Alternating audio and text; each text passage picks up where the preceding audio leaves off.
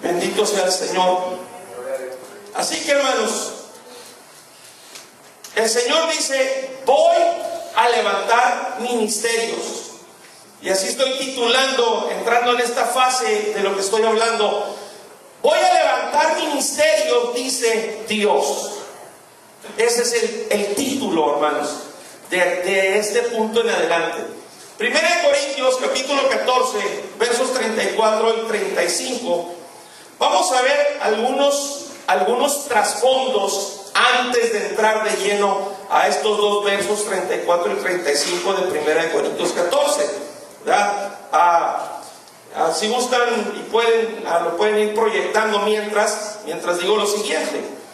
Por ejemplo, en Hechos capítulo 2, versos 17 y 18, ahí habla de hijos e hijas, hombres y mujeres. Habla de siervos y siervas.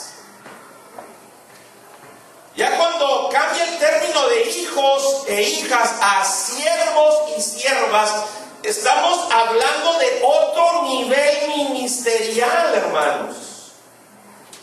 Dice: profetizarán.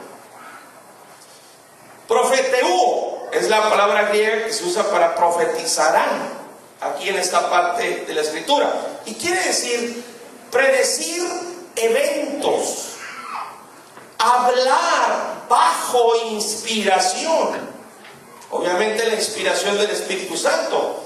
Quiere decir que profetizarán, que quiere decir hablar delante de, que es lo que estoy haciendo en este momento. Estoy hablando delante de una congregación.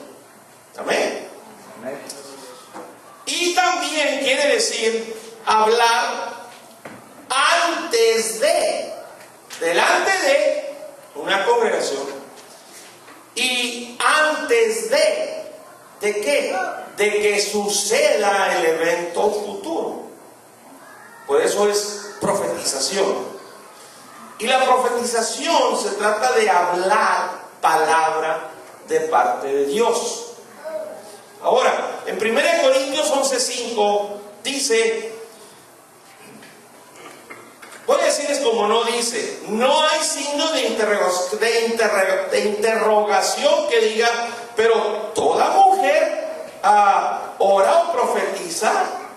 No, está declarado como un hecho, no como una pregunta. Pero toda mujer que ora o profetiza, no se cuestiona si profetiza. Está declarando, dando por hecho que lo hace. La pregunta es: ¿para quién? 1 Corintios 14:3 dice: pero el que profetiza, ¿ya se acuerdan? Toda mujer que ora o profetiza. 1 Corintios 14:3 dice: pero el que profetiza habla a los hombres. ¿A quién? A los hombres. Y dice: ¿para qué? Para edificación, exhortación, que tiene que ver la venida de darles ánimo, pero tiene que ver con la venida de hacerles llamado de atención. Y finalmente dice, no solamente que son habla para edificación a los hombres, exhortación, sino que también para consolación. Luego en 1 Corintios 14:4 dice: pero el que profetiza, e indiscutiblemente está incluida la mujer en este ministerio, dice: edifica a la iglesia. Entonces la pregunta de ¿para quién, hermanos? Era la profetización para los hombres, para toda la iglesia, para edificar a la iglesia. Ahora, entre la doctrina que tenemos en la palabra de Dios, hermanos, quiero decirles algo muy importante. Hay trasfondo cultural. Si alguien no puede entender esto, no lo puede creer, necesita urgentemente entrar a estudiar la materia de hermenéutica. Si alguien no lo puede creer, no lo puede entender, hay trasfondo cultural. 1 Corintios 14:34, voy a hacer un desglose aquí sencillo. Dice vuestras guné. Ahí en español dice vuestras mujeres. ¿Cuáles mujeres? Vuestras guné es la palabra griega que se está usando ahí, que quiere decir vuestras esposas. Es un llamado a las esposas. Callen en las iglesias, callen en las congregaciones, dice ahí en español, Reina Valera. La palabra griega es eclesias, callen en las iglesias. En primer lugar, el término eclesia en griego no quiere decir una sola cosa. Y cuando se trata de interpretar de todo lo que significa una palabra para que armonice con el texto y con el contexto, lo que dice antes o después, en este caso es después, se tiene que escoger la parte de los significados de la palabra que hagan eso, el acto de armonizar. Entonces, en primer lugar, hermanos, la palabra congregaciones o iglesias, de donde tenemos el término iglesias,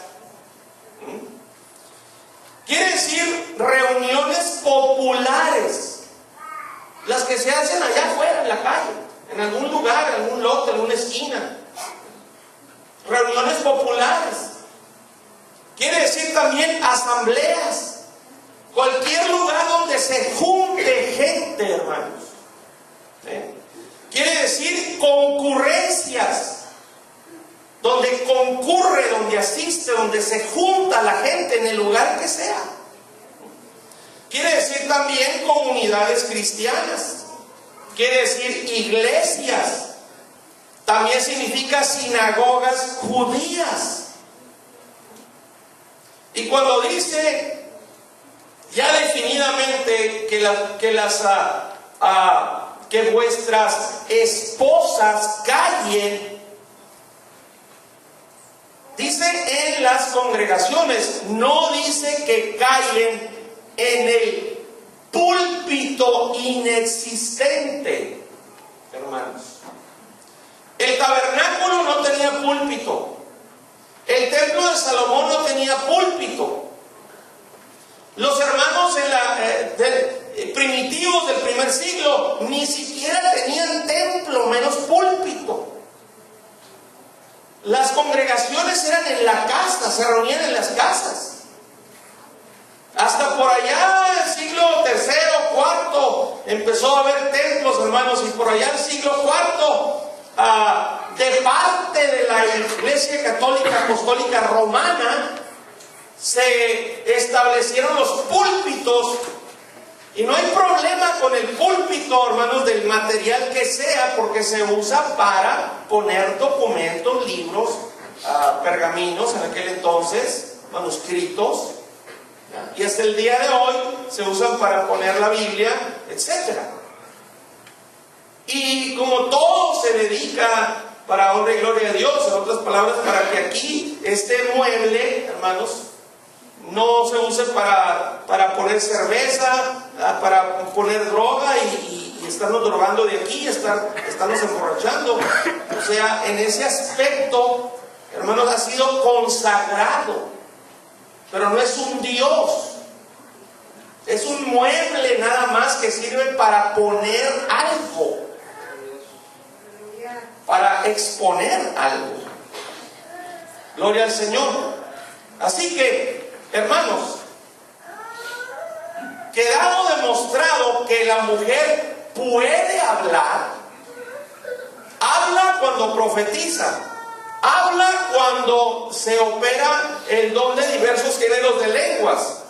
Cuando profetiza, toma el Espíritu Santo a través de esa sierva, toma autoridad sobre toda la iglesia. iglesia, porque toda la iglesia tenemos que poner atención a lo que está diciendo esa sierva cuando usa una mujer. Cuando se trata de profecía, cuando se trata de diversos géneros de lenguas, viene la interpretación, y es el Espíritu Santo que da la interpretación, y el Espíritu Santo, por medio de esa mujer cristiana, toma autoridad, toma control sobre toda la iglesia, hermanos. Y los dones del Espíritu Santo, como palabra de ciencia, palabra de sabiduría, discernimiento de espíritus, dones de sanidades, hermanos, operación de milagros, no es exclusivo de ministros o de pastores, no es exclusivo de hombres, es hermanos, para toda la iglesia. Todos